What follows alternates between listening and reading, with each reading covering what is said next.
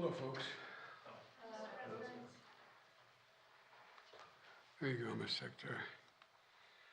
Let me begin by saying I know there are millions of Americans in this country who feel disappointed and discouraged or even a little bit angry about the course decision today on student debt. And I must admit I do too. Before I tell you the steps we're going to take and want to talk about what we've been able, I want to talk about what we've been able to achieve so far on student loan over the past few years. First, we made the largest increase in Pell Grants in over a decade, helping students from families who nearly all make less than $60,000 a year. Then we fixed the so-called, with the help of the department, Public Service Loan Forgiveness Program. So the borrowers who got into public service, such as school teachers, police officers, social workers, service members, they actually got the debt relief they were entitled to under the law. Before I came to office, only 7,000 people had benefited from that program. Today, over 600,000 borrowers have received relief from that program. And it's still available. So many more people can be helped. And I encourage you to apply if you haven't already. You're still eligible. Go to studentaid.gov. It matters. Third, my administration improved the program from the Obama-Biden administration on income-driven repayment plan. That's what it was referred to as. Back then, we set a limit. Student borrowers would pay no more than 10% of their disposable income to pay back their debt in any one time. My administration is going to reduce that to 5%. It's now the most generous repayment program ever. No one with an undergraduate loan today or in the future, whether from a community college or a four-year college, will have to pay more than 5% of their disposable income to repay their loan. And that's income after you pay for the necessities like housing, food, and the like. Typical borrower is going to save about $1,000 a year.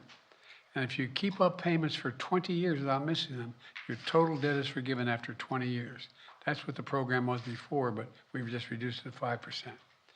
In addition to that, last year I announced my student debt relief plan, a plan that was on the verge of providing more than 40 million Americans with real debt relief, up to $10,000 for many borrowers and up to $20,000 for those who had gotten a Pell Grant. Nearly 90% of the relief would have gone to borrowers, 90% of it, making less than $75,000 a year. And no one making over $125,000 would qualify. This program was all set to begin. The website had been set up, the applications had been simplified so that it took less than 5 minutes to complete. Notice had been sent out to people about the relief they were eligible for. 16 million people had already been approved. The money was literally about to go out the door. And then Republican elected officials and special interests stepped in. They said, no, literally snatching from the hands of millions of Americans thousands of dollars in student debt relief that was about to change their lives. You know, these Republican officials just couldn't bear the thought of providing relief for working class, middle class Americans. Republican state officials sued my administration, attempting to block relief, including millions of their own constituents. Republicans in Congress voted to overturn the plan. I think every one. I don't think I had any Republican votes for this plan. At the same time, think about this. We all supported the Paycheck Protection Program. Remember PPP? You know, which was designed to help business owners who lost money because of the pandemic. It was a worthy program. But let's be clear.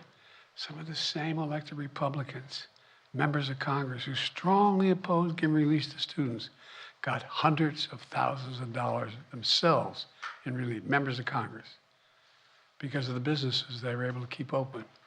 Several members of Congress got over $1 million. All those loans were forgiven. You know how much that program cost? $760 billion. My program's too expensive. $360 billion more than I proposed in my student debt relief program. I was trying to provide students with $10,000 to $20,000 in relief. By comparison, the average amount forgiven in the PPP, the pandemic loan program, average amount forgiven was $70,000. Now a kid making 60,000 bucks, trying to pay back his bills, asking for $10,000 in relief. Come on. The hypocrisy is stunning. You can't help a family making 75 grand a year, but you can help a millionaire and you have your debt forgiven. My plan would not only have been life-changing for millions of Americans, it would have been good for the American economy. Freeing millions of Americans from the crushing burden of student debt. More homes would have been bought, more businesses would have been started, more couples would have had the confidence to start a family. Millions of people would have felt they could get on with their lives. These Republicans blocked all that. Now, in addition to the hypocrisy, some of these Republican in Congress are shamelessly pushing to advance a bill in the coming weeks that gives hundreds of billions of dollars in tax breaks and handouts to the wealthiest Americans. They still haven't given up on making permanent a $2 trillion tax cut that they never paid for. Never paid for. $2 trillion. So let me be clear. For Republicans in Congress, it's not about reducing the deficit. It's not about fairness in forgiving loans. It's only about forgiving loans they have to pay. Today, the Supreme Court sided with them. I believe the court's decision to strike down my student debt relief program was a mistake, was wrong. I'm not going to stop fighting to deliver borrowers what they need, particularly those at the bottom end of the economic scale. So we need to find a new way, and we're moving as fast as we can. First, I'm announcing today a new path consistent with today's ruling to provide student debt relief to as many borrowers as possible, as quickly as possible. We will ground this new approach in a different law than my original plan, the so-called Higher Education Act. That will allow Secretary Cardona, who's with me today, to compromise, waive, or release loans under certain circumstances. This new path is legally sound. It's going to take longer, but in my view, it's the best path that remains to providing for as many borrowers as possible with debt relief. I've directed my team to move as quickly as possible under the law. Just moments ago, Secretary Cardona took the first step to initiate that new approach. We're not going to waste any time on this. We're getting moving on it. It's going to take longer, but we're getting at it right away. Second, we know what many borrowers will need to make their hard choices, which their budgets are being strained now when they start to repay their monthly loan payments this fall.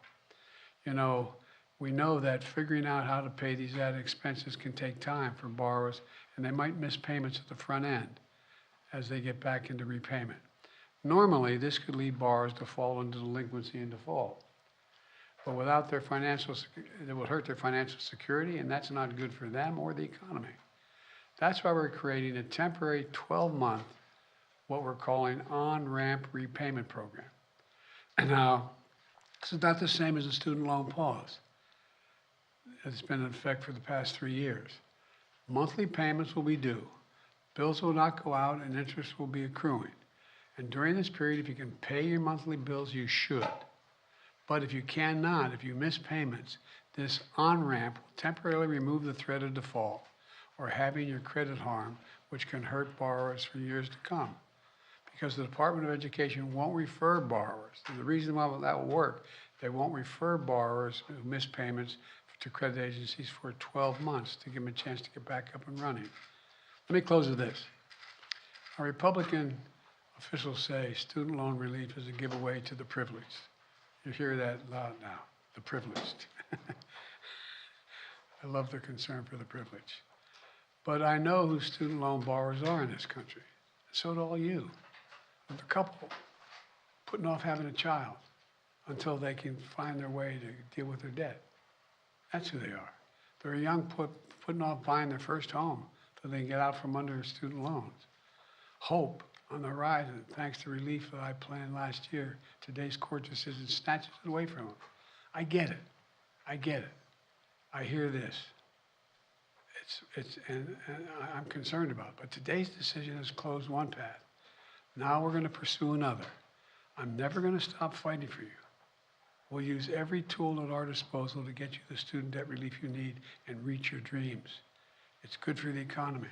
It's good for the country. It's going to be good for you. Thank you very, very much for listening. We're going to get this done, God willing. Thank you. Mr. President, why did you give millions of borrowers false hope? You've doubted your own authority here in the past. I didn't give any false hope. The question was whether or not I would do even more than was requested. What I did, I thought was appropriate and was able to be done and would get done.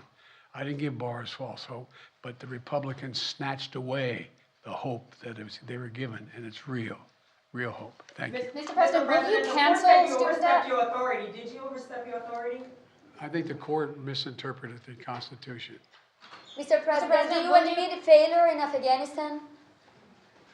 Mistakes, there was a report on Afghanistan withdrawal saying there was failure, mistakes. Do you admit there was mistakes during the withdrawal and before? No, all the evidence is coming back there. Remember what I said about Afghanistan? I said Al-Qaeda would not be there. I said it wouldn't be there. I said we'd get help from the Taliban. What's happening now? What's going on? Read your press. I was right. Thanks. So the report is from the State Department actually about the withdrawal.